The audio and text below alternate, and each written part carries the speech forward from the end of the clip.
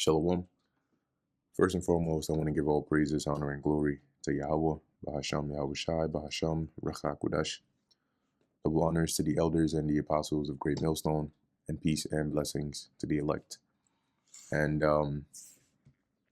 in this lesson, I wanted to deal with this article here, right, which says which cities are investing the most into AI.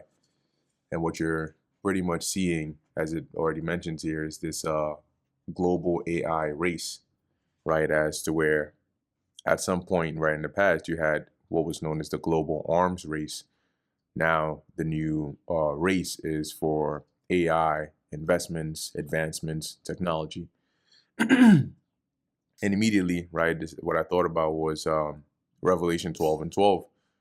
Okay, reason being this adoption of artificial intelligence and this embracing of it is also being used to cover up the transition into a new system, right?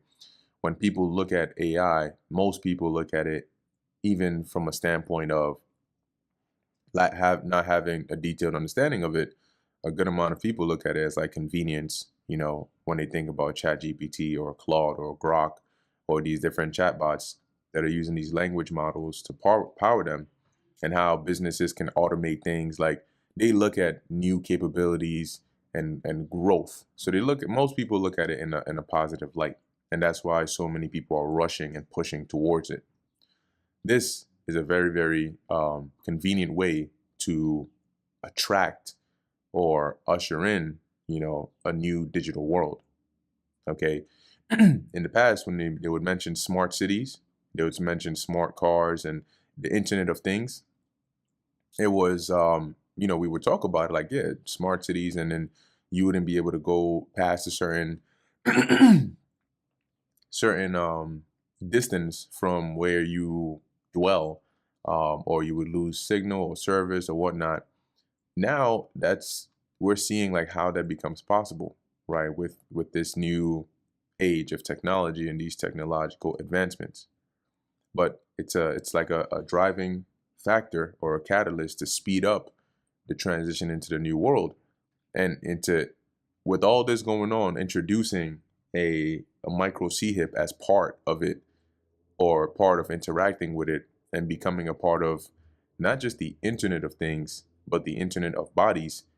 That wouldn't be, so crazy to people anymore, because you have a whole infrastructure that has now been set up, and technology has now advanced, and they'll push it in like cool ways, right? They'll make it look cool, they'll make it look convenient, and they'll do it to a point where a lot of countries are adopting it, a lot of companies are adopting it, so it's not a strange thing, right?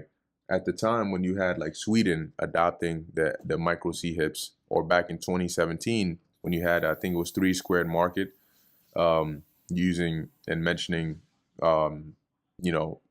the use of the micro CHIPs, it was almost like out of place, right? Because the technology during 2017, at least available to the public, wasn't even like what we have now, right? So now that you have technology that is advancing on this level, and you're having new quote unquote breakthroughs, it doesn't seem so out of place to introduce a micro CHIP, or say that, hey, it's going to function with this new system and this is how it's going to go.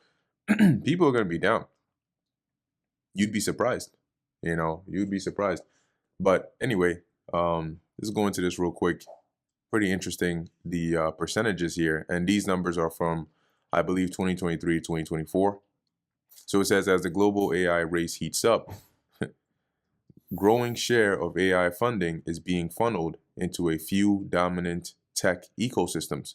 And something that's also useful is, as you start to see and read these articles, you start to see like current events, it's always useful to go back and watch those like old videos, and I'm talking about videos from like interview videos of like Klaus Schwab or the world government or the World Economic Forum, and look at some of the things they were saying 5 years ago, 7 years ago, 3 years ago, 4 years ago. And you'll see how it makes more sense now, the things they were saying back then, why they were speaking as though, this thing was already fermented, right? And already planned out. Because now you're like, oh, now you can see how some of the things that he mentioned would be able to be assimilated into society because it's already going in that direction. Now you understand what they mean by, technology not being wearables anymore, but now being subdermal. Now you understand, so when you look at what they mean when they say like the average individual should or will need to have like a working knowledge of programming language or like Python or something like that. Well, if everything is AI, then no longer is it, you just pick up a phone and then you just start tapping things, but now you got to have like the basic baseline knowledge has to be upped a bit because technology is being upped a bit. So a lot of these things they were saying will start to make more sense. The reason they could say it back then is because they already knew what direction they were pushing things in, and they knew at what point in time it would start to become more public to the people, right? That's that insider knowledge because they're already ahead of the game. At least so they think. And this is all going accordingly because it's also in line with prophecy. It says here, this map via visual capitalist Kayla Zhu visualizes the top 10 regions with the highest share of venture funding in the ecosystem that went to AI native companies. And it seems like every day there's something new that's coming out. Like, oh, people are now doing this with AI, doing that with AI. Look, when you look at how much information the world has been able to acquire by humans doing things, and then you imagine how much more advancements and information can come by just using artificial intelligence to do the things that humans were doing before, from archaeological finds to historical, research to, all these different things. Because as technology advanced, you had like humans, because we can do these things, but the reason they use technology and the reason they make AI look so powerful is because it can do it very quickly, right? And it has more resources. It does a lot more in a lot less time. So give a human being given enough information and enough time, you'd be able to do it. But it'd take you a long time, maybe centuries. But the artificial intelligence can do the same thing, but in like, freaking nanoseconds, right? And so imagine how long it takes to when you find an ancient text to decipher it, for example, versus having an AI that is now a model that is trained and knows how to do these things. And now it can use more resources and do that same job, but quicker with more accuracy, right? And then you look at all of these other kinds of things that humans do, and you're like, how much more can you get out of it if you use artificial intelligence? So these are some of the I'm blanking on the word I want to use, but it's some of the bait or the benefits that are put forth to make it seem attractive to people and companies and countries to want to adopt and join this AI race. But the end of this is going to be at the end of the day prophecy. So anyway, so here you can see the percentages. You can see here Beijing, right, with 66% share of venture funding that went to AI companies. And then right after you have Silicon Valley with 62%, right? So it's called a race because it's like each country or region is trying to see who can get, to the next breakthrough first, right? Who can dominate in this domain over here. And then you have Toronto, right, with 50%, right? Seattle 15, New York 14, Paris with 43%, Tokyo 16, Shanghai 22, Amsterdam 16, right? So as we go down, this data comes from Startup Genome with data covering 2023 and 2024 funding, right? So you can imagine these numbers have gone up, right? Maybe even the positions have changed and when you factor in 2025 funding. AI native companies are defined by Startup Genome as companies that build cutting edge generative AI models and deploy AI agents that automate tasks. So you can imagine, some like some function, right, that does one thing, and you just keep adding more and more conditionals to it, right? A conditional is like, if this happens, do this, right? If that happens, do this. And you just make them more, you build more intelligent algorithms, which are just a series of steps to accomplish a goal. And you put those into that function. And all of a sudden, when you run that function, it seems like a super intelligent thing. But it's just like saying, hey, go to walk, right? Just start moving your legs and just go straight.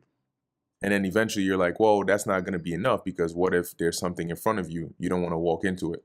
So then you add a conditional to your function to say, go straight, but if you see something in front of you, stop, right? And then you might add another conditional to say, if you see something in front of you and there's nowhere else to go, like you can't turn left and you can't turn right and you can't go back, then just stop. But if you can go right, then go right. But if you can't go right and you can go left, then go left. Like, these are the tiny conditionals here that you put into the function. And then you build an algorithm, you put that into, like, say, some moving robot. And all of a sudden, it seems like the robot is so intelligent that it knows when somebody is coming in front of it. So it stops and it goes around them. It's all just different conditionals that you've baked in there. And you make it more and more, detailed and refined to try and catch a lot of these cases here.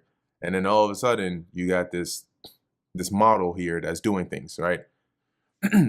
So you have companies that specialize in that, and they train models. When they train models, it's once again just like testing that algorithm, that function you wrote, and against different cases. Like the example I gave you. Now you have it walk, but then you block it into a box. What is it going to do? And then at that point you may find out, oh, there's a problem in the function. Let me add one more. Let me fine tune it a bit more. So then they use data like books, videos, the internet to train these. That's how they train and set up these models. So when you go and ask it a question, it knows how to answer your question because it's seen similar things over and over and over again. And then you also have the AI agents, as it says here, to automate tasks. So these are like, you take that model and then you just add like abilities for it to do things. So it can send emails, or it can like watch a video, and then it can tell you if there's something wrong in the video or whatever the case is. And that's what companies want, right? They want to be able to automate tasks. So, why should you have a personal assistant who is scheduling your calls and your meetings when you can just have an AI do it, which might do it with more accuracy, right? And then you have to pay it. Enhance decision making and drive innovation. Top cities by AI funding. So this is what we went through, but you can see Beijing at 66.2%, followed by Silicon Valley at 62.4%. It says here, Beijing startup investors are placing their biggest bets on AI, dedicating more funding to the growing sector than anywhere else. So you can see now why it's moving so fast, because literally quite like the whole world is trying to race to this. Everybody is sprinting, so it's really just at this point like a matter of months before you start to see those drastic changes. The Chinese capital now leads the world in AI deal concentration, with 66% of its ecosystem's startup funding directed toward AI native companies, just edging out Silicon Valley at 62%. Yet, in absolute terms, Silicon Valley remains the dominant global hub. It attracts over 65% of all AI native funding worldwide, double its shares of overall tech funding, which stands at 32.2%. Then it goes into these other, these other parts here. It says Beijing has quickly emerged as a magnet for AI investment, with major local startups like Baituan AI, Zipu AI, Moonshot AI, and Shengsu Technology collectively raising billions from tech giants and government-backed funds to advance AI models and tools. So, like I mentioned in a previous video, what you're seeing now with AI being able to do is really just like the beginning, right? The bare bones of it compared to how much or how far they can take this. I mean, think about it, right? Even the whole internet. Like at one point, the internet didn't exist, and when it first was created, it was still very primitive. But now look at it today, right? So the Lord has definitely put the spirit on them to be able to um, push through with this, but it's to serve the purpose of fulfilling prophecy. Now, this is Revelation chapter 12, verse 12. It says, Therefore rejoice, ye heavens, and ye that dwell in them. Woe to the inhabitants of the earth and of the sea, for the devil is come down unto you, having great wrath, because he knoweth that he hath but a short time. And that's the key part right there. They know they have a short time. So they have to find ways to speed up, their advancements and their plans. And they cover it up in a way where it's like you would welcome them to speed up their plans, right? Until, okay, now everybody has worked together, we've gotten here. Okay, now you guys can go. Now this is the actual destination that we're really trying to get. And they show that all the time. They foreshadow it, right, in movies and TV shows, but they know that majority of people have been blinded anyway, so they ain't gonna get it. But like I keep saying, man, keep an eye on it, because it definitely has a role to play in all this, right? This whole AI has a major role to play in all this. And if there's one thing you see in common in most of these dystopian depicted futures, it's always some super advanced technology with some system that you can't really like hide from or escape from, because it's damn near everywhere. You got advanced humanoid looking robots. You got all these things, and you're seeing how the world gets to a point like that. All right. So with that, Lord willing, this is edifying and informative to the elect. In closing, I want to give all praises, honor, and glory to Yahweh, Bahasham Yahushai, Bahasham Rachak Wadash. Until next time, Shalom.